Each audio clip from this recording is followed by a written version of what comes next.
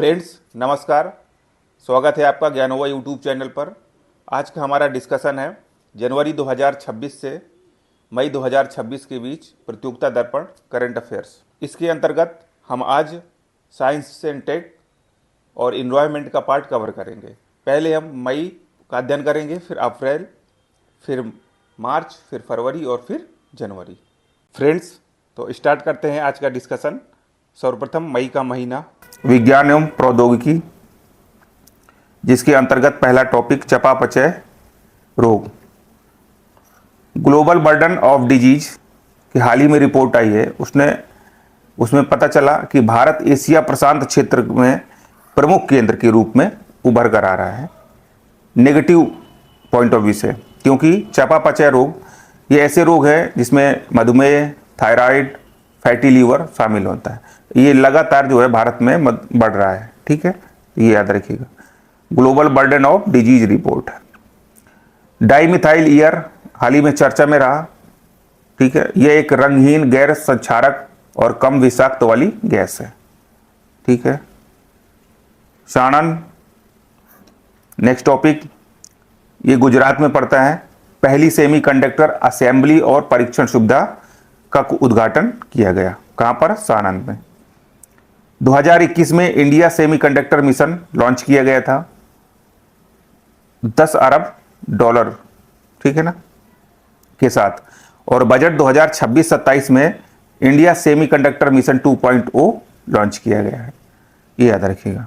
तो most important point, पहली semiconductor assembly और परीक्षण सुविधा केंद्र कहां खोला गया है? सानंद, गुजरात में। ठीक है। ह्यूमन पैपिलोमा वायरस HPV, ये टीकाकरण है जिसे प्रारंभ किया गया है। इसका प्रधानमंत्री द्वारा इसका उद्घाटन हुआ। ये 28 फरवरी 2026 को इसकी शुरुआत हुई। इसके अंतर्गत 14 वर्ष से कम उम्र की जो लड़कियां हैं उनको सर्वाइकल कैंसर से रोकथाम के लिए ये HPV शुरू किया गया है टीकाकरण। और ये एक गार्डसिल दवा और सवावैक टीका उपलब्ध है, किससे? HPV से संबंधित। ठीक है, हमारे पास 2 प्रकार की दवा है, गार्डसिल दवा और सर्वावैक टीका उपलब्ध है। ठीक है। Most important point, human papilloma virus short form HPV, और ये 28 फरवरी को इसको प्रधानमंत्री जी के द्वारा शुरू किया गया। 14 वर्ष से कम उम्र की लड़कियां, सर्वाइकल कैंसर रोकथाम। मूनशॉट परियोजना, ये IISc बेंगलुरु और प्रतीक्षा ट्रस्ट द्वारा विकसित किए गए हैं। ठीक है, IISc बेंगलुरु और प्रतीक्षा ट्रस्ट के द्वारा विकसित किया गया। ये मस्तिष्क की कार्य क्षमता को सहारा देने वाले उन्नत ब्रेन का प्रोसेसर विकास करेगा। ठीक है, तो मोस्ट इंपॉर्टेंट पॉइंट, मूनशॉट परियोजना किसके द्वारा विकसित किया गया? IISc बेंगलुरु और प्रतीक्षा ट्रस्ट के द्वारा। निष्क्रिय इच्छा मृत्यु की इजाजत दी गई है। हरीश नाना वर्सेज भारत संघ के तहत सुप्रीम कोर्ट ने निर्णय दिया, और सुप्रीम कोर्ट ने पहली बार 2011 में अरुणा रामचंद्र शानबाग के मामले में इजाजत दी थी। अब इसमें फाइनली दे दिया, हरीश राणा वर्सेस भारत संघ। मोस्ट इंपॉर्टेंट पॉइंट है, याद रखिएगा। और उसके बाद इच्छा मृत्यु भी हुई है। ठीक है, इसके बाद स्टील प्रक्षेपास्त्र, ये सरफेस टू एयर मिसाइल है। हर्पीस सिंप्लेक्स वायरस HSV, ये मुख व जननांगों पर दर्दनाक छाला पैदा करती है। ठीक है, वायरस करता है। यह संक्रामक व लाइलाज बीमारी है। इसके बाद जुन्नलादिन्ने नेल्लौर, ये आपका आंध्र प्रदेश के अंतर्गत है। विश्व का पहला स्वायत्त समुद्री जहाज निर्माण और प्रणाली केंद्र यहां पर स्टार्ट किया गया है। सागर डिफेंस इंजीनियर द्वारा विकसित किया गया है। तो विश्व का पहला स्वायत्त समुद्री जहाज निर्माण और प्रणाली केंद्र कहां पर शुरू किया गया है? जुन्नलादिन्ने नेल्लौर। ठीक है, ये आंध्र प्रदेश में पड़ता है। कनेक्ट सेफ डेलाइट द्वारा भारत की पहली साइबर सुरक्षा सुविधा लॉन्च की गई है। तो भारत की पहली साइबर सुरक्षा सुविधा किसके द्वारा लॉन्च की गई है? कनेक्ट सेफ डेलाइट द्वारा। फ्लोटिंग लिडार बोया सिस्टम, ये तमिलनाडु के मुतोप तट पर इसका सफल परीक्षण हुआ है और राष्ट्रीय महासागर प्रौद्योगिकी संस्थान द्वारा इसे विकसित किया गया है। ये 300 मीटर की ऊंचाई तक वायुमंडल की परत को मापेगी, ठीक है। और लिडार का जो फुल फॉर्म है लाइट डिटेक्शन एंड रैंगिंग। तो फ्लोटिंग लिडार बोया सिस्टम तमिलनाडु के मुतोप तट पर, ठीक है, और ये इसको विकसित किया गया है राष्ट्रीय महासागर प्रौद्योगिकी संस्थान द्वारा। ये वायुमंडल परत से संबंधित है, ठीक है, और फुल फॉर्म याद रखिएगा। 3 मार्च 2026 इस बार पूर्ण चंद्र ग्रहण की स्थिति देखी गई। और पूर्ण चंद्र ग्रहण तब होता है जब सूर्य और चंद्रमा के बीच में पृथ्वी आ जाती है, ठीक है ना। जब सूर्य और चंद्रमा के बीच में पृथ्वी आ जाती है तो इससे होता क्या है कि पृथ्वी बीच में आ गई तो सूर्य से जो जाने वाला प्रकाश था चंद्रमा पर वो जा नहीं पा रहा है, ठीक है, इसलिए यहाँ पर अंधेरा हो जाता है क्योंकि पृथ्वी बीच में आ जाती है। डार्क ऑक्सीजन, प्रशांत महासागर में 4000 मीटर की गहराई पर इसे खोजा गया है। और डार्क जो ऑक्सीजन है ये सूर्य के प्रकाश के बिना गहरे समुद्र में उत्पन्न होते हैं। इम्पैक्ट फॉर न्यूट्रिशन, ये मोस्ट इंपॉर्टेंट पॉइंट है। ये एक प्लेटफॉर्म है जो नीति आयोग और यूनिसेफ इंडिया द्वारा इसे लॉन्च किया गया है। इसका उद्देश्य है कि आकांक्षी जिलों व ब्लॉकों में पोषण व स्वास्थ्य सुधार किया जाए। तो impact and nutrition NITI Aayog और यूनिसेफ इंडिया द्वारा ये पोषण व स्वास्थ्य सुधार के लिए लाया गया है, स्पेशली जो आकांक्षी जिले हैं ब्लॉकों में, ठीक, और जिलों में। चलिए आज के अंतिम जो हमारा सेगमेंट है पर्यावरण एवं पारिस्थितिकी। रियो पृथ्वी सम्मेलन 1992 में, ठीक है ना, 1994 में भारत ने इसे अपने यहाँ लागू किया या उसे भारत ने हस्ताक्षर किया, ठीक है। कार्टाजेना प्रोटोकॉल ये 2003 का है। नागोया प्रोटोकॉल ये 2014 का। एक्टिनिडिया इंडिका ये एक कीवी प्रजाति है और जीरो वैली अरुणाचल प्रदेश में वहां पर पाई गई है। क्या नाम है? Actinidia indica. वेला कार्ली ये मीठे पानी का केकड़ा है जो कि साइलेंट वैली केरल में मिला है और एक ही शरीर में इसे नर व मादा दोनों के जननांग होते हैं। 204 शहर। हाल ही में ऊर्जा और स्वच्छ वायु अनुसंधान केंद्र ने एक रिपोर्ट जारी की है जिसके तहत बताया गया कि 238 जो देश के शहर हैं उसमें से 204 शहर एक अच्छी वायु गुणवत्ता में विफल है, यानी वायु गुणवत्ता अच्छी है ही नहीं, और एक भी शहर WHO के मानक के अनुरूप नहीं है। ये याद रखिए, ऊर्जा व स्वच्छ वायु अनुसंधान केंद्र की रिपोर्ट। ठीक है। Convention on migratory species CMS, इसकी स्थापना 23 जून 1979 को हुई थी। बॉन सम्मेलन के तहत यह एक बाध्यकारी संधि है और परिशिष्ट वन में 188 प्रजाति शामिल है। इससे संबंधित ही COP15 का आयोजन हुआ।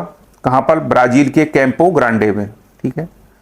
और इसकी जो थीम है, जीवन को बेहतर बनाए रखने के लिए प्रकृति को जोड़ना। सॉरी।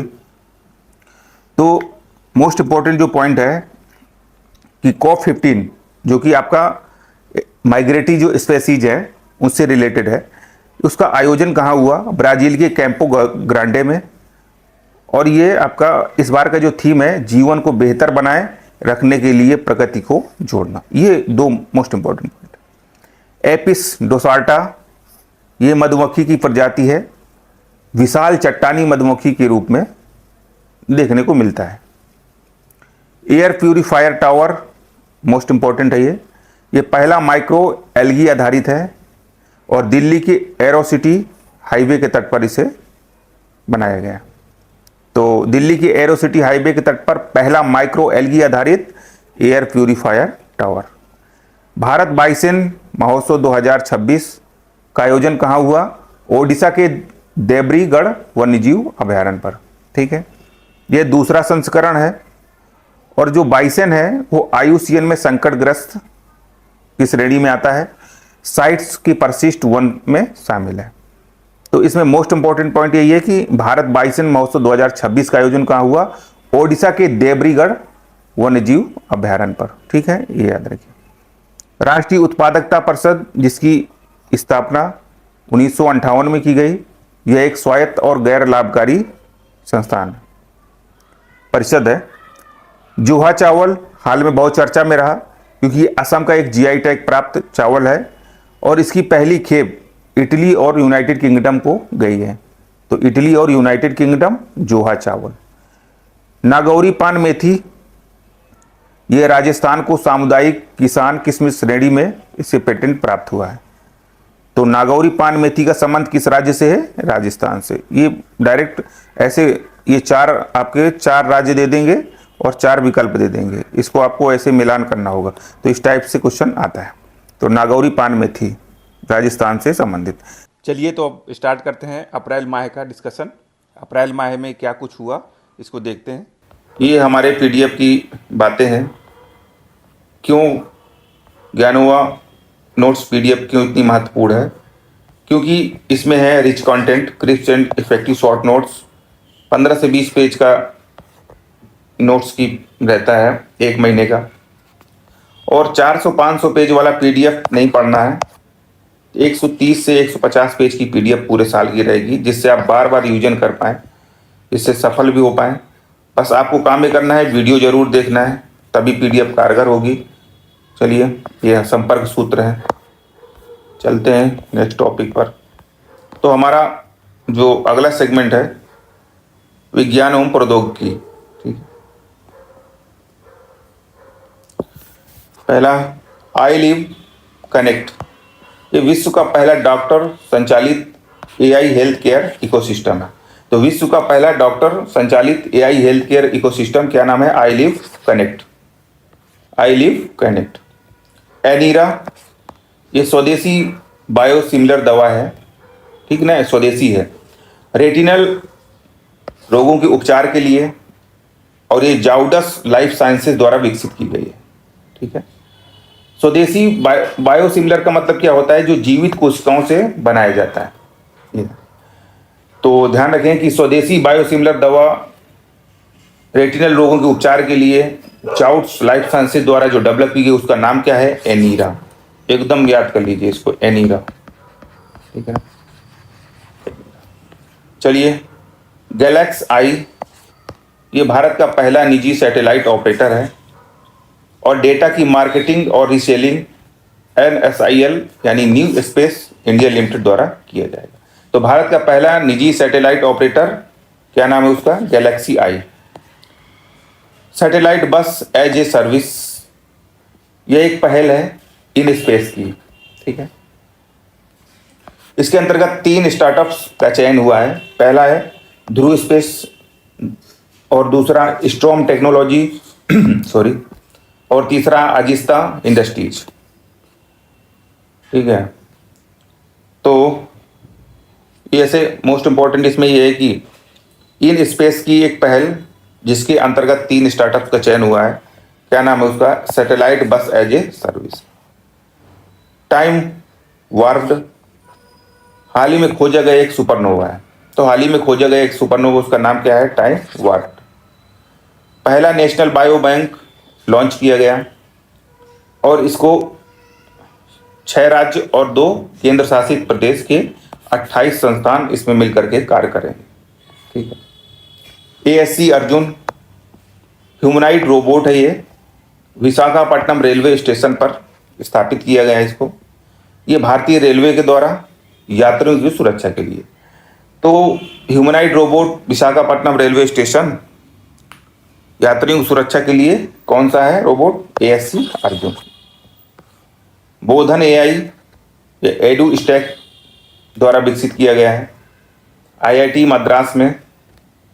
ठीक है, नहीं सॉरी, एडू स्टैक विकसित करने के लिए। तो बोधन AI मतलब एडू स्टैक विकसित करने के लिए आईआईटी मद्रास में 500 करोड़ की लागत से शिक्षा मंत्री द्वारा लॉन्च किया गया। तो बोधन एआई शिक्षा मंत्री द्वारा लॉन्च किया गया आईआईटी मद्रास में, इसमें 500 करोड़ रुपया से। तो बोधन एआई और आईआईटी मद्रास मत भूलिएगा। भारत के पहले एआई सक्षम राज्य विश्वविद्यालय पायलट प्रोजेक्ट की घोषणा की गई है। कहां पर? चौधरी चरण सिंह विश्वविद्यालय, मेरठ, उत्तर प्रदेश। मोस्ट इंपॉर्टेंट है ये, चौधरी चरण सिंह विश्वविद्यालय, मेरठ, उत्तर प्रदेश। अब पर्यावरण एवं पारिस्थितिकी, नेक्स्ट सेगमेंट। पेंगोलिन संरक्षण इसका किया जाएगा नागालैंड की संगतम जनजाति के द्वारा, और इसके तहत शिकार एवं तस्करी पर प्रतिबंध लगा दिया गया। जो पेंगोलिन है वो IUCN की संकटग्रस्त में आती है, ठीक है ना। तो हाल ही में नागालैंड की संगतम जनजाति ने किसे शिकार और तस्करी पर प्रतिबंध लगाया है? पेंगोलिन के। हॉर्नबिल रेस्टोरेंट हाल ही में खोला गया। कहां पर? सीता नदी टाइगर रिजर्व, छत्तीसगढ़, ठीक है। और छत्तीसगढ़ वन विभाग के द्वारा, किसके लिए? हॉर्नबिल के संरक्षण के लिए। तो हॉर्नबिल रेस्टोरेंट, सीता नदी टाइगर रिजर्व, छत्तीसगढ़ वन विभाग। उत्पत्ति प्रमाणन पत्र पोर्टल, ये उसे दिया जाएगा जो खेती के माध्यम से औषधि पौधों को उगाते हैं, ठीक है। किसके द्वारा दिया जाएगा? राष्ट्रीय जैव विविधता प्राधिकरण के द्वारा। तो उत्पत्ति प्रमाण पत्र पोर्टल औषधि पौधों से संबंधित है। इसके बारे में जानते हैं। राष्ट्रीय जैव विविधता प्राधिकरण, ये जैव विविधता अधिनियम 2002 द्वारा स्थापित है। एक वैधानिक प्राधिकरण है। इसकी स्थापना 2003 में हुई।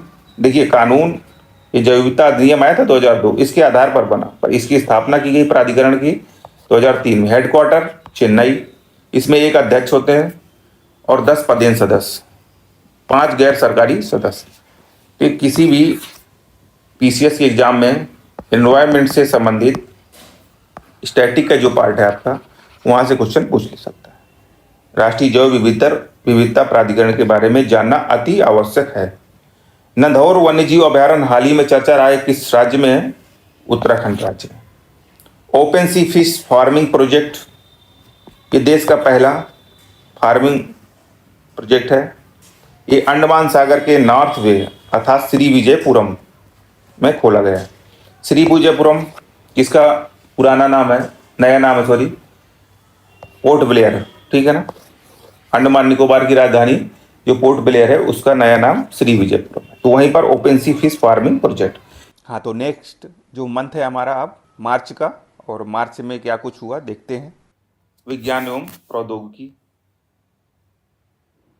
पहला है मिटापीवैट। ये मिटापीवैट ये एनीमिया की पहली ओरल दवा है, ठीक है, याद रखिएगा। मिटापीवैट क्या है?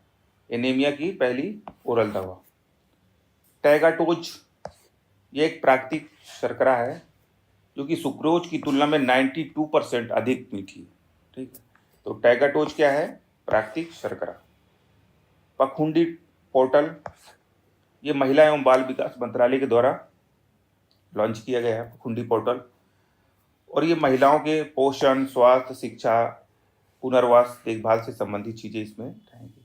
तो पंखुड़ी पोर्टल इससे संबंधित है महिला एवं बाल विकास मंत्रालय से। रूट विल्ट रोग, ये नारियल के पौधे पर होता है। ये फाइटोप्लाज्मा बैक्टीरिया से होता है। तो रूट विल्ट रोग का संबंध नारियल के पौधे से। करण फ्राइज व वृंदावनी, ये गाय की 2 नई कृत्रिम नस्ल है, ठीक है। 3D प्रिंट स्वचालित मौसम स्टेशन, ठीक है, ये नई दिल्ली में स्थापित हुआ है। भारत का पहला ये मौसम स्टेशन है 3D प्रिंट वाला स्वचालित, और IITM पुणे द्वारा विकसित किया गया। तो इसको याद रखिए कि भारत का पहला 3D प्रिंट स्वचालित मौसम स्टेशन कहाँ स्थापित किया गया है? नई दिल्ली। ग्रेटर नोएडा, भारत की पहली सरकारी अस्पताल आधारित AI क्लिनिक की शुरुआत हुई है, ठीक है। कहाँ पर? ग्रेटर नोएडा। रेबीज, हाल ही में दिल्ली सरकार द्वारा इसे अधिसूचित बीमारी घोषित किया है। किसे? रेबीज को। अंतर्देशीय रेनबो ट्राउट फॉर्म, तो अंतर्देशीय रेनबो ट्राउट फॉर्म ये एक मछली पालन से संबंधित है। हाल ही में तेलंगाना सरकार ने शुरू किया है और भारत का सबसे बड़ा ये मछली पालन फॉर्म है। ठीक है, क्या नाम है? अंतर्देशीय रेनबो ट्राउट फॉर्म। ठीक है, next topic 1.5 Tesla MRI scanner. ये भारत का पहला पूर्णतः स्वदेशी स्कैनर है और ये बेंगलुरु स्थित स्टार्टअप कंपनी है वोक्सेल ग्रिड्स, इसके द्वारा विकसित किया गया है। तो भारत का पहला पूर्णतः स्वदेशी एमआरआई स्कैनर 1.5 टेस्ला, ये पूरा नाम है 1.5 टेस्ला एमआरआई स्कैनर। किसके द्वारा विकसित किया गया है? वोक्सेल ग्रिड्स कंपनी है, स्टार्टअप है बेंगलुरु में। इंडस डर्मा ऐप ये गूगल के सहयोग से डेवलप किया गया है।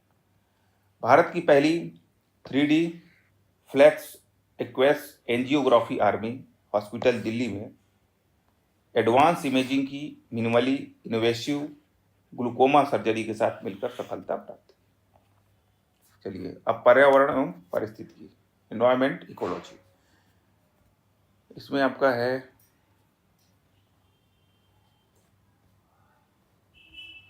तो पहला टॉपिक है आपका कॉनकॉर्डिया स्टेशन। कॉनकॉर्डिया स्टेशन ये अंटार्कटिका पर है, विश्व का पहला पर्वतीय बर्फ भंडार मिला है। ठीक, तो हाल ही में कॉनकॉर्डिया स्टेशन पर विश्व का पहला पर्वतीय बर्फ भंडार मिला है। ये कहाँ पर है? अंटार्कटिका में, और वैज्ञानिकों ने ऐसा पाया। कुंभलगढ़ वन्यजीव अभयारण्य और यूपी का पार्वती अर्गा पक्षी अभयारण्य। तो इस अभयारण्य को संवेदनशील घोषित किया गया है और पार्वती अर्गा को अति संवेदनशील। ये केंद्रीय पर्यावरण, वन और जलवायु मंत्रालय के द्वारा घोषित किया गया। ESZ मतलब इको सेंसिटिव जोन, दरअसल ये 1986 भारत पर्यावरण संरक्षण जो अधिनियम है उसके तहत घोषित किया जाता है ESZ। और इससे ये होता है कि 10 किलोमीटर तक, ठीक है ना, जो 10 किलोमीटर है परितः चारों तरफ इस संरक्षित कर दिया जाता है। ठीक है, इन दोनों को संवेदनशील और अति संवेदनशील, यूपी BCS के पॉइंट ऑफ व्यू से मोस्ट इंपॉर्टेंट है आपका। ठीक है, पार्वती अर्गा पक्षी अभयारण्य। दो नए रामसर स्थल, एक है छारी डांड, ये कच्छ जिला गुजरात में है। ये भारत का 97वें नंबर का है। दूसरा है पटना पक्षी अभयारण्य।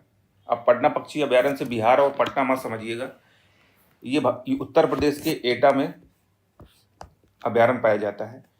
और ये 98th नंबर का है रामसर स्थल, और ये पटना पक्षी अभयारण्य यूपी का सबसे छोटा अभयारण्य है, याद रखिएगा। तो 2 फरवरी को विश्व आर्द्रभूमि दिवस मनाया जाता है। और इससे संबंधित जो बेसिक जानकारी है और तो फरवरी और जनवरी माह की मैगजीन में आपको बता दिया गया है। ठीक है, तो इसमें मोस्ट इम्पॉर्टेंट 97वां कौन है?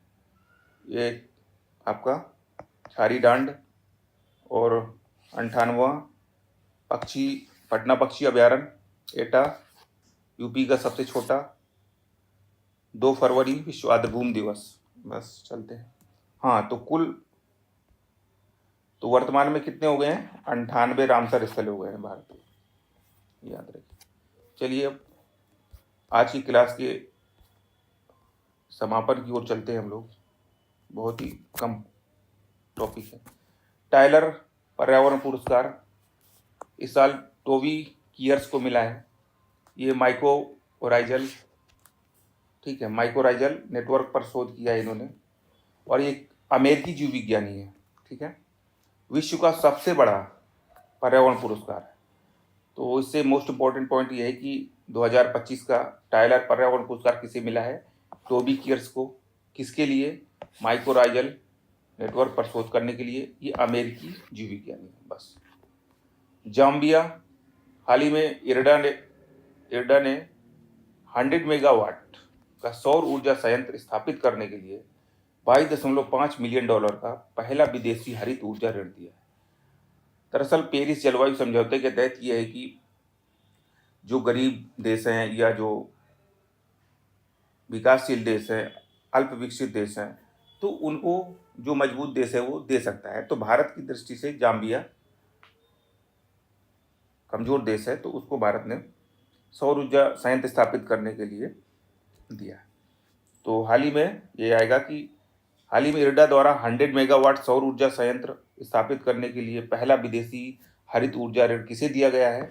जाम्बिया को। लखनऊ यूपी का पहला जीरो फ्रेश वेस्ट डंप शहर बना है, याद रखिएगा। तो यूपी का पहला जीरो फ्रेश वेस्ट डंप शहर लखनऊ। काकीनाडा ये आंध्र प्रदेश का है शहर है। ये विश्व की सबसे बड़ी हरित अमोनिया परियोजना की यहाँ पर आधारशिला रखी गई। तो विश्व की सबसे बड़ी हरित अमोनिया परियोजना की आधारशिला कहाँ रखी गई? काकीनाडा, आंध्र प्रदेश। पेरू हाल ही में बिना डंक वाली मधुमक्खियों को कानूनी अधिकार दिया है, किसने? पेरू ने। अरलम केरल का पहला तितली अभ्यारण्य है, क्या नाम है? अरलम। और ये अब डिस्कशन रहेगा फरवरी माह का। फरवरी माह में कौन सी घटनाएं घटी, इससे संबंधित कौन सा करंट अफेयर्स है, सभी का अध्ययन करते हैं। विज्ञान एवं प्रौद्योगिकी, साइंस एंड टेक्नोलॉजी। तो पहला टॉपिक है भारत अंतर्राष्ट्रीय विज्ञान महोत्सव 2025। ये 11वां संस्करण था इस आयोजन का। पंचकुला हरियाणा में इसका आयोजन हुआ। इसकी जो थीम है विज्ञान में समृद्धि आत्मनिर्भर भारत के लिए, ये याद रखिए, ये मोस्ट इम्पोर्टेंट है, ठीक है। इसका आयोजन पृथ्वी विज्ञान मंत्रालय के द्वारा किया गया। तो मोस्ट इम्पोर्टेंट पॉइंट कि भारत अंतर्राष्ट्रीय विज्ञान महोत्सव 2025 का आयोजन कहाँ हुआ? पंचकुला हरियाणा में। कौन सा संस्करण? 11वां। इसकी थीम विज्ञान में समृद्धि आत्मनिर्भर भारत के लिए, ठीक है। और पृथ्वी विज्ञान मंत्रालय के द्वारा ये संचालित किया गया। पारंपरिक चिकित्सा पर सम्मेलन, ये नेक्स्ट टॉपिक है। ये दूसरा वैश्विक सम्मेलन है, WHO के द्वारा ये सम्मेलन किया गया। नई दिल्ली में इसका होता है सम्मेलन। इसकी थीम है संतुलन की बहाली, स्वास्थ्य और कल्याण का विज्ञान और अभ्यास, ठीक। प्रथम आयोजन, ये पहला आयोजन है, नई दिल्ली में हुआ। दरअसल ये भारत की पहल है, तो इसका पहला आयोजन भी भारत में हुआ था और दूसरा भी भारत में हुआ। पर पहला आयोजन हुआ था इसका 2023 में, कहाँ पर? गुजरात में। और दूसरा कहाँ हुआ? नई दिल्ली में। ये भारत की पहल है, इसलिए WHO के साथ मिलकर भारत का आयुष मंत्रालय इसको संपन्न कराने में कार्य करता है। और भारत ने क्यूबा के साथ आयुर्वेद सहयोग के लिए MOU पर हस्ताक्षर किया है। तो पारंपरिक चिकित्सा पर सम्मेलन, ये दूसरा वैश्विक सम्मेलन कहाँ हुआ? नई दिल्ली में हुआ। इसकी थीम संतुलन की बहाली, स्वास्थ्य और कल्याण का विज्ञान और अभ्यास। प्रथम आयोजन गुजरात में। और ये WHO का और भारत का आयुष मंत्रालय दोनों ने मिलकर काम किया। और हाल ही में किसके साथ MOU पर हस्ताक्षर हुआ आयुर्वेद सहयोग के लिए? तो वो है आपका क्यूबा, ये याद रखिएगा, Cuba. Thiruvananthapuram, next topic. Bharat के पहले private sector navigation innovation hub बनाया जाएगा, कहाँ पर? तिरुवनंतपुरम में। इसका नाम रखा गया है Anant centre of excellence for navigation. तो भारत का पहला private sector navigation innovation hub कहाँ बनेगा? तिरुवनंतपुरम, ठीक है। ये आपका भारत है, ये आपका केरल है, यहीं पर आपका तिरुवनंतपुरम।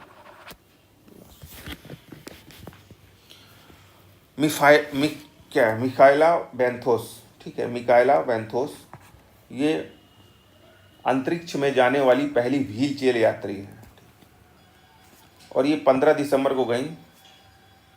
जेफ बेजोस की जो ब्लू ऑरिजिन है, ठीक है, उसका पहल था ये। और व्हील चेयर जो थी न्यू शेफर्ड NS-37, याद रखिए। तो इसका मोस्ट इम्पॉर्टेंट पॉइंट ये है कि अंतरिक्ष में जाने वाली पहली व्हील चेयर यात्री मिकाइला बेंथोस, और ये ब्लू ऑरिजिन से new shepherd NS-37 wheel chair. ये व्हील चेयर का नाम याद रखिएगा, न्यू शेफर्ड NS-37। विश्व की पहली वायरलेस रेल काफिले का परीक्षण किया गया, किसके द्वारा? चीन के द्वारा। वायरलेस रेल काफिले का परीक्षण चीन के द्वारा। 2 नए रामसर स्थल घोषित किए गए हैं। पहला है सिलसेट झील राजस्थान, दूसरा है कोपरा जलाशय छत्तीसगढ़, और कुल हो गए हैं 96 भारत में रामसर स्थल। सबसे ज़्यादा रामसर स्थल तमिलनाडु में, दूसरे नंबर पर उत्तर प्रदेश 10, तमिलनाडु 20 और बिहार में 6। भारत दुनिया में तीसरे सबसे अधिक रामसर स्थल वाला देश है। ये रामसर संधि 2 फरवरी 1971 को ईरान में रामसर शहर में हुई थी और इसे लागू किया गया 1975 में। भारत ने हस्ताक्षर किया 1 फरवरी 1982 को। तो दो नए रामसर स्थल जोड़े गए, सिलसेट झील राजस्थान, कोपरा जलाशय छत्तीसगढ़, कुल हो गए हैं 96। सबसे अधिक तमिलनाडु में 20, उत्तर प्रदेश में 10 और बिहार में 6। ये प्रथम, द्वितीय, तृतीय स्थान वाले। दुनिया में भारत तीसरे स्थान पर है। और ये भारत ने रामसर संधि कब हुई? 2 फरवरी 1971 को। कहाँ पर? रामसर ईरान में। लागू हुआ 1975 में और भारत ने हस्ताक्षर किया 1 फरवरी 1982 को।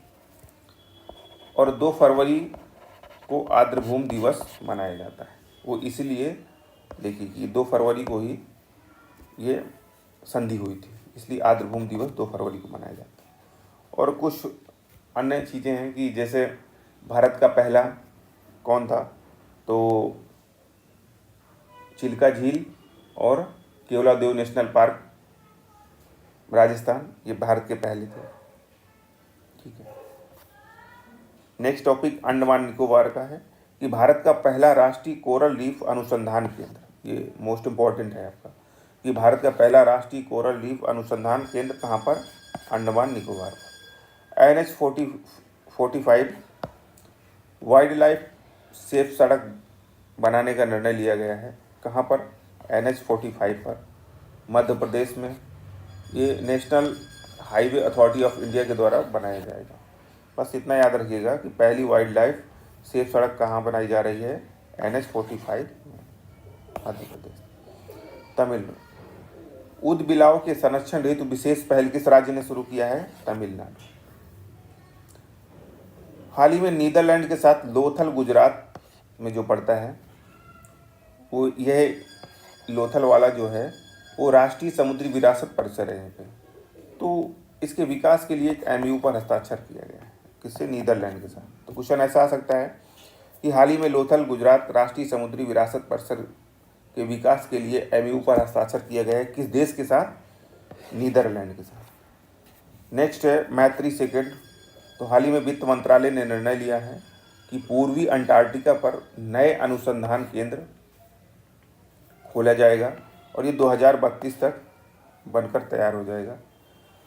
याद रखें इसके बैकग्राउंड में कि भारत का पहला जो अंटार्कटिका पर शोध अनुसंधान केंद्र था वो था दक्षिण गंगोत्री, जो कि 1983 में स्थापित किया गया। फिर आया मैत्री 1989 में, फिर भारतीय 2012 में। पर ये जो दक्षिण गंगोत्री 1983 वाला है ये काम करना बंद कर दिया है। बस ये मैत्री भारती 2 काम कर रहे हैं, तीसरा हमारा मैत्री सेकंड होगा। समरकंद उज्बेकिस्तान। हाल ही में साइट्स के पक्षकारों का 20वां संस्करण का सम्मेलन हुआ। तो साइट्स के पक्षकारों का 20वां संस्करण का सम्मेलन कहाँ हुआ? समरकंद उज्बेकिस्तान में। तो हम अब चलते हैं अंतिम माह की तरफ, जनवरी। तो ये करंट अफेयर्स प्रोग्राम 2026 है हमारा। ये 5 स्टेप में हमने इसको डिजाइन किया है। तो जो आपका फर्स्ट स्टेप है सेगमेंट आधारित, जिसके अंतर्गत हम राष्ट्रीय, अंतर्राष्ट्रीय, आर्थिकी, पर्यावरण, खेलकूद एवं सामान्य ज्ञान, यानी सभी जितने सेगमेंट हैं उनको हम कवर करते हुए सेगमेंट वाइज अलग अलग करके अध्ययन आपको कराएंगे। फिर आपका जो सेकंड स्टेप है आपके लिए वो है संपूर्ण माह आधारित। इसमें क्या है ना कि संपूर्ण माह पर आधारित आपको वीडियो लेक्चर प्रोवाइड होगा और PDF मिलेगी। ठीक है। उसके बाद आपका थर्ड स्टेप है जो वो प्रैक्टिस क्वेश्चन है, यानी कि प्रत्येक माह पर आधारित जो अति महत्वपूर्ण टॉपिक्स रहेंगे उनसे संबंधित आपको 100 क्वेश्चन की प्रैक्टिस कराई जाएगी। और जब डिस्कशन किया जाएगा तो 360 डिग्री डिस्कशन होगा। और फोर्थ जो आपका स्टेप है वो है मैराथन क्लासेस की, कि जब कभी भी कोई भी एग्जाम आएगा पास में, तो उसके लिए हम लोग मैराथन क्लास लेके आएंगे। और उसका जो पहला तरीका रहेगा कि हम लोग आपको कंटेंट के माध्यम से रिवीजन कराएंगे, और दूसरा है क्वेश्चन के माध्यम से रिवीजन कराएंगे। और जो हमारा लास्ट स्टेप है वो मिसलिनियस टॉपिक्स पर है। ये बहुत ही कारगर हमारी पहल है, क्योंकि इसमें क्या होता है, ऐसे टॉपिक रहते हैं जो आप याद करने में आपको कठिनाई होती है। जैसे कि कोई रिपोर्ट है, उसमें भारत का स्थान क्या है, विश्व में नंबर 1 कौन है, और सैन्य अभ्यास पूरे 1 साल में कहाँ हुए, किसके साथ हुए, सरकारी योजनाएं हैं, ऐप, पोर्टल, इनको बहुत ही एकदम चार्ट फॉर्म में आपको देंगे ताकि याद करने में आपको आसानी हो। और ये हमारा लास्ट स्टेप है, और ये एग्जाम के पहले ही। तो दो चीज़ें हमारी जब कोई भी एग्जाम आएगा उसके पहले करेंगे, और ये जो हमारे 3 स्टेप हैं वो लगातार हमारे चलते रहेंगे। तो ये 5 स्टेप में हमारा पूरा प्रोग्राम सेट है, और ये मात्र बस इस प्रोग्राम को आपको फॉलो करना है। आप कोई भी एग्जाम देने जाइएगा, सभी क्वेश्चन आपके सही होकर आएंगे। विज्ञान एवं प्रौद्योगिकी, पहला इसका जो टॉपिक है आपका वैश्विक टीबी रिपोर्ट, ये WHO के द्वारा रिपोर्ट जारी की गई है। इसके अंतर्गत बताया गया है कि 2024 में 10.7 मिलियन लोग टीबी से प्रभावित हैं पूरी दुनिया में। भारत में 25%, ठीक है ना।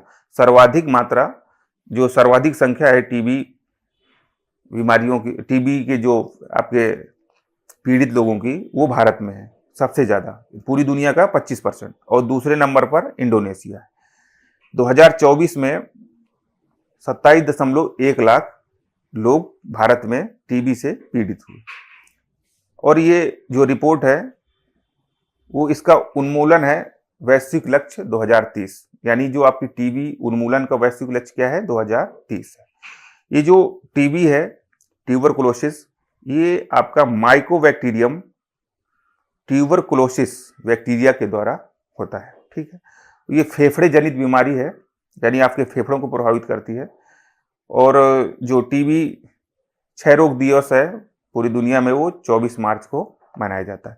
तो वैश्विक टीबी रिपोर्ट जो जारी हुई है, इसमें सबसे ज्यादा भारत में है, दूसरे नंबर में इंडोनेशिया, और पूरी दुनिया में 10.7 मिलियन लोग हैं।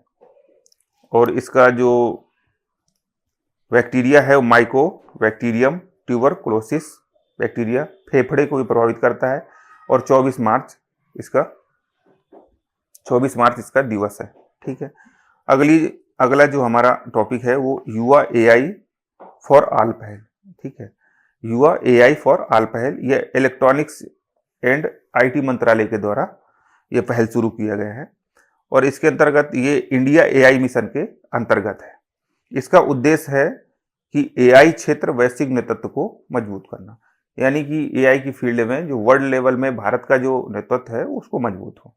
इसका लक्ष्य है कि 1 करोड़ को हम AI स्किल देंगे। और एक निःशुल्क पाठ्यक्रम है, आप केंद्र सरकार का जो पोर्टल है वहां पर जाइए, सभी क्षेत्र पर क्या क्या यूटिलाइज हो सकता है AI का, वो सभी वीडियो पढ़े, आप जाकर के देखिए और जानकारी लीजिए। तो ये पहल है केंद्र सरकार द्वारा शुरू किया गया, ठीक है। तो ऐसे क्वेश्चन आएगा कि हाल ही में युवा AI फॉर ऑल पहल जो है वो किससे संबंधित है, तो ये आपका AI जो इंडिया AI मिशन है उसके अंतर्गत AI के क्षेत्र में स्किल करने से संबंधित है, और ये इलेक्ट्रॉनिक्स और IT मंत्रालय की पहल है, ठीक है। अगला टॉपिक है हमारा पहला क्वांटम डायमंड माइक्रोस्कोप, ये IIT बॉम्बे के द्वारा डेवलप किया गया है राष्ट्रीय क्वांटम मिशन के तहत, ठीक है ना, राष्ट्रीय क्वांटम मिशन के तहत। तो ऐसा आएगा क्वेश्चन कि पहला क्वांटम डायमंड माइक्रोस्कोप हाल ही में किसके द्वारा डेवलप किया गया है, तो IIT बॉम्बे के तहत, ठीक है, के अंतर्गत। अब है अगला टॉपिक हमारा कुष्ठ रोग। तो हाल ही में जो महाराष्ट्र सरकार है आपकी, उसने नोटिफाइबल बीमारी घोषित किया गया है, ठीक है ना, यानी अब इस पर ध्यान दिया जाएगा, इस कुष्ठ रोग पर। तो ऐसे क्वेश्चन आएगा कि हाल ही में कौन सी भारत की सरकार है जिसने, या राज्य है जिसने नोटिफाइबल बीमारी घोषित किया गया है किससे, कुष्ठ रोग को, वो है आपका महाराष्ट्र राज्य, महाराष्ट्र सरकार। टाइफाइड कंजुगेट वैक्सीन, ये टाइफाइड कंजुगेट वैक्सीन है, ये बांग्लादेश के द्वारा इसका डेवलप किया गया है और ये डेवलप करने वाला 8वां देश है दुनिया का और इसने अपने राष्ट्रीय टीकाकरण कार्यक्रम के तहत डेवलप किया है। बिरसा, इसके बाद हाँ, तो इसमें मोस्ट इंपॉर्टेंट यही है कि हाल ही में टाइफाइड कंजुगेट वैक्सीन किस देश के द्वारा डेवलप किया गया है, तो बांग्लादेश के द्वारा। बिरसा 101, ठीक है ना, बिरसा 101 ये अगला टॉपिक है हमारा। ये बिरसा 101 ये एक क्रिस्पर जीन थेरेपी है, सिकल सेल जो बीमारी होती है उससे संबंधित है और भारत के द्वारा ये डेवलप किया गया है institute of genomics and integrated biology द्वारा, institute of genomics and integrated biology के द्वारा, और ये भारत का पहला स्वदेशी है, ठीक है ना। तो बिरसा 101 पहला स्वदेशी क्रिस्पर जीन थेरेपी है ये, और ये सिकल सेल बीमारी से संबंधित है। इसे जो डेवलप किया गया है institute of genomics and integrated biology के द्वारा डेवलप किया गया है, ठीक है। अगला आपका टॉपिक है वाइल्ड पोलियो वायरस। ये हाल ही में 2010 के बाद, ठीक है ना, तो ये जो वाइल्ड पोलियो वायरस है 2010 के बाद पहली बार जर्मनी के हैम्बर्ग में मिला है और ये इंपॉर्टेंट फैक्ट है कि भारत पोलियो से मुक्त हो गया था 2014 में ही, ठीक है। तो क्वेश्चन ऐसे आ सकता है कि वाइल्ड पोलियो वायरस हाल ही में 10 साल बाद 2010 के बाद पहली बार देखने को मिला, कहां पर, हैम्बर्ग में। और नेक्स्ट टॉपिक है हमारा जो बेलम हेल्थ एक्शन प्लान। तो हाल ही में जो COP30 का सम्मेलन हुआ था उसी के अंतर्गत ब्राजील के द्वारा ये बेलम हेल्थ एक्शन प्लान पेश किया गया, प्रस्तुत किया गया, और ये स्वास्थ्य केंद्रित है, पहला अंतर्राष्ट्रीय जलवायु अनुकूलन फ्रेमवर्क है ये, ठीक है, याद रखिएगा। तो वेलम, ये हम जब COP30 का अध्ययन कर रहे थे उस समय मैंने वेलम हेल्थ एक्शन प्लान के बारे में बताया था। तो बेलम हेल्थ एक्शन प्लान ये COP30 सम्मेलन ब्राजील द्वारा प्रस्तुत किया गया और इस स्वास्थ्य से रिलेटेड है।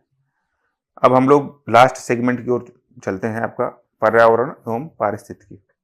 पहला टॉपिक है जलवायु जोखिम सूचकांक। ये आपका जर्मन वॉच के द्वारा जारी किया जाता है। सबसे ज्यादा जो प्रभावित जो देश है दुनिया में वो आपका डोमिनिका है, दूसरा म्यांमार, तीसरा होंडुरस, ठीक है, और भारत के स्थान जलवायु के जोखिम में जो प्रभावित होने वाले में है वो आपका 9th प्लेस है, 9वें रूप से प्रभावित है। तो जलवायु जोखिम सूचकांक से सर्वाधिक प्रभावित होने वाला देश कौन सा है, डोमिनिका, ठीक है, डोमिनिका। अब भारत का नंबर कौन सा है, 9वां, ठीक है। अभी हाल ही में टाइफून कालमेगी आया था, ठीक है, ये मोस्ट इंपॉर्टेंट आपका टॉपिक है। टाइफून कालमेगी ये एक उष्णकटिबंधीय चक्रवात है और ये फिलीपींस और वियतनाम के क्षेत्र में आया, ठीक है, जो आपका दक्षिण चीन सागर है, और ये दक्षिण चीन सागर में उठने वाला ये 13वां टाइफून है, ठीक है। दरअसल ये जो आपका जैसे ये इलाका है आपका, ठीक है ना, तो यहाँ पर जो आपका दक्षिण चीन सागर है, ठीक है, ये आपका चाइना हो गया, यहाँ पर नॉर्थ कोरिया, साउथ कोरिया, इधर आपका जापान जैसे है, तो इस वाले इलाके में, और यहाँ आपका वियतनाम वगैरह पड़ेगा, यहाँ पर जो भी चक्रवात आता है तो इसको क्या बोलते हैं, टाइफून बोलते हैं, टाइफून बोलते हैं, टाइफून इसको बोलते हैं। तो ये 13वां टाइफून है, ठीक है, 13वां टाइफून है। हाँ, कमेंट बॉक्स पर बताइए कि जो आपका हरिकेन चक्रवात है वो किस देश के तटीय इलाके में आता है, ठीक है। हाँ, तो 13वां टाइफून है और इसका नाम दक्षिण कोरिया के द्वारा दिया गया है। भारत में चक्रवात के नाम से जाना जाता है। तो हाल ही में जो टाइफून कालमेगी आया है वो कौन सा टाइफून था, तो 13वां टाइफून है, और इसका नामकरण किसके द्वारा किया गया है, तो दक्षिण कोरिया के द्वारा, ठीक है। और इसके बाद ये प्रभावित किसको किया, तो फिलीपींस और वियतनाम को, बस इतना ही है। इसके बाद अगला जो हमारा टॉपिक है वैश्विक मीथेन स्थिति रिपोर्ट 2025। ये यूनाइटेड नेशन एनवायरमेंटल जो प्रोग्राम प्लस CC AC यानी क्लाइमेट क्लियर कोएलिशन, इन दोनों के आपस में मिलकर के ये रिपोर्ट जारी किया। ये मीथेन उत्सर्जन से संबंधित है और इस रिपोर्ट में बताया गया है कि दुनिया में मीथेन का उत्सर्जन लगातार कम हो रहा है, ठीक है, पर जो हमारा संकल्प है मीथेन उत्सर्जन को 2030 तक जिस लेवल से खत्म करना, उस हिसाब से ये धीमा चल रहा है, ठीक है, तो ये ज्यादा इंपॉर्टेंट नहीं है। अब नेक्स्ट टॉपिक है आपका संयुक्त राष्ट्र उत्सर्जन अंतराल रिपोर्ट, जो ये ग्रीन हाउस गैस के उत्सर्जन से संबंधित है, ठीक है, और इसमें बताया है कि जो ग्रीन हाउस गैस के उत्सर्जन में जो वृद्धि है उस मामले में भारत प्रथम है और चीन दूसरा है। वृद्धि के मामले में भारत क्या है, प्रथम है और चीन दूसरा है, ठीक है, इसको याद रखिएगा, मोस्ट इंपॉर्टेंट है कि वृद्धि के मामले में भारत प्रथम और चीन दूसरे स्थान पर। और अगला जो पॉइंट है आपका ये कि अगर परसेंटेज की दृष्टि से देखा जाए तो परसेंटेज में सबसे ज्यादा इंडोनेशिया और दूसरे नंबर पर भारत, ठीक है, पहले नंबर में परसेंटेज की दृष्टि से इंडोनेशिया और दूसरे नंबर में भारत। और वैश्विक ओवरऑल उत्सर्जन की बात किया जाए तो सबसे ज्यादा चीन के द्वारा किया जाता है और दूसरे नंबर में अमेरिका के द्वारा, ठीक है। तो अगर ग्रोथ यानी जो वृद्धि है के आधार पर देखा जाए तो इंडिया नंबर 1 पे सबसे ज्यादा उत्सर्जन में, सेकंड नंबर पे चाइना। अगर परसेंटेज के पॉइंट ऑफ व्यू से देखा जाए तो सॉरी इंडोनेशिया नंबर 1 पे है, ठीक है, नंबर 1 पे इंडोनेशिया और सेकंड नंबर पर अपना भारत है, ठीक है ना, अपना प्यारा भारत।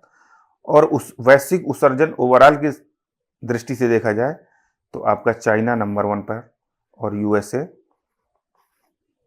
नंबर 2 पर। अभी हाल ही में लाइफोडोन इरविनी, ठीक है ना, ये एक सांप की प्रजाति है और ग्रेट निकोबार में ये खोजी गई है। तो क्वेश्चन आएगा कि हाल ही में लाइफोडोन इरविनी सांप की प्रजाति खोजी गई है कहां पर, तो ग्रेट निकोबार में इसी अब ये आ जाइए, मोस्ट इंपॉर्टेंट आपका टॉपिक है। हाल ही में गोगा व्हील जो झील है उसको 94th रामसर में शामिल किया गया है और ये जो गोगा व्हील झील है वो बिहार के कटिहार में स्थित है और ये झील नेचुरल ऑक्सबो झील है। कुल बिहार में 6 झीलें हैं जिन्हें रामसर साइट्स में शामिल कर लिया गया है। प्रथम जो बिहार का रामसर साइट है वो आपका कांवर झील है जो कि बेगूसराय में है। भारत में सबसे ज्यादा जो रामसर स्थल है वो तमिलनाडु में है, टोटल 20। दूसरे नंबर पर उत्तर प्रदेश, टोटल 10। भारत का प्रथम जो रामसर स्थल है वो एक साथ 2 को दिया गया था, चिल्का झील और केवलादेव राष्ट्रीय उद्यान राजस्थान का, ठीक है। उत्तर प्रदेश का प्रथम जो रामसर स्थल है वो ऊपरी गंगा नदी है जो कि नरौरा खंड से लेकर ब्रजघाट तक का बीच का क्षेत्र है और ये 2005 में दिया गया था। सबसे बड़ा यही आपका रामसर स्थल है उत्तर प्रदेश का, कौन सा, ऊपरी गंगा नदी। और इसके बाद आपका अभी हाल में देखिए, जब मैं ये अभी पढ़ा रहा हूँ जो नवंबर की पीढ़ी है उसमें 94 है, बट अब 96 हो गए हैं कि 2 और जोड़ दिए गए हैं, ठीक है, याद रखिएगा 2 और जोड़ दिया गया है। तो इस तरह से ये मोस्ट इंपॉर्टेंट है, फिर इसका पूरा दोबारा रिवीजन कर लेते हैं कि गोगा व्हील झील ये 94th रामसर स्थल कहाँ, कटिहार बिहार, और ये नेचुरल ऑक्सबो झील है, ठीक है, नेचुरल ऑक्सबो झील। बिहार में कुल 6 रामसर स्थल हो गए हैं। प्रथम बिहार का कांवर झील बेगूसराय। भारत में सबसे ज्यादा जो है वो तमिलनाडु में रामसर स्थल, उत्तर प्रदेश दूसरे स्थान पर, और भारत की प्रथम चिल्का झील एवं केवलादेव राष्ट्रीय उद्यान रामसर स्थल है। उत्तर प्रदेश का जो प्रथम है वो ऊपरी गंगा नदी है और ये सबसे बड़ा रामसर स्थल भी है। अब हाल ही में जो नेक्स्ट आपका टॉपिक है कि वैश्विक वन क्षेत्र पर एक वन संसाधन आकलन रिपोर्ट 2025 जारी हुई है। ये FAO के द्वारा जारी किया जाता है, ठीक है। ये इसमें बताया गया है कि जो वन क्षेत्र है वो आपका टोटल 4.14 मिलियन हेक्टेयर है पूरी दुनिया में, सॉरी बिलियन हेक्टेयर है पूरी दुनिया।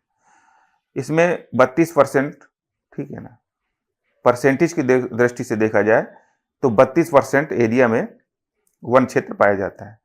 भारत का 9वां स्थान है और भारत वन क्षेत्र वृद्धि के मामले में तीसरा स्थान रखता है।